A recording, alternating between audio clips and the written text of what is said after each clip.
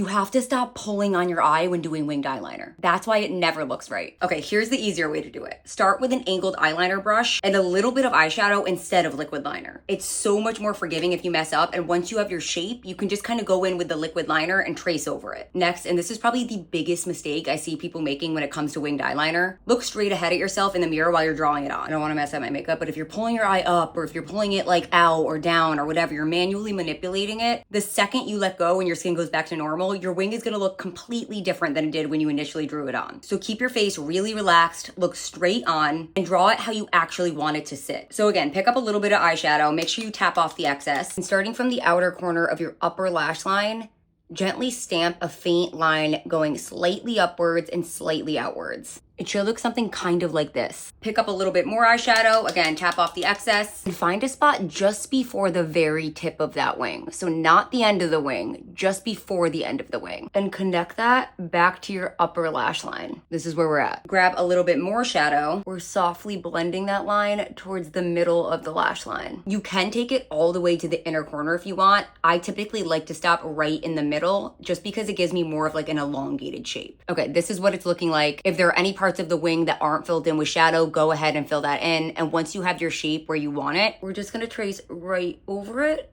with your liquid liner. And that's it. It's actually super simple. You just gotta practice it.